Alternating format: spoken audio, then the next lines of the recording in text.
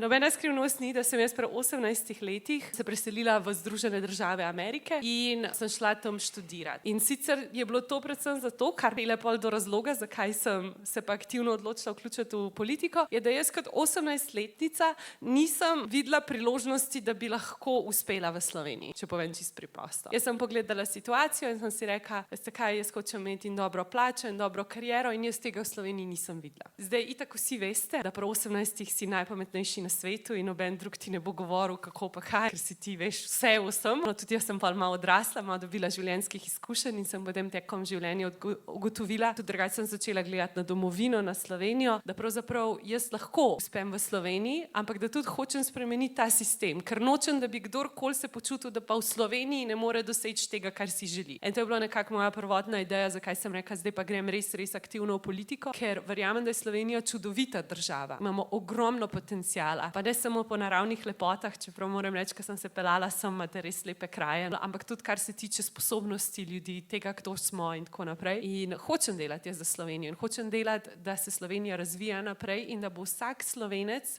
lahko dosegel to, kar si želi.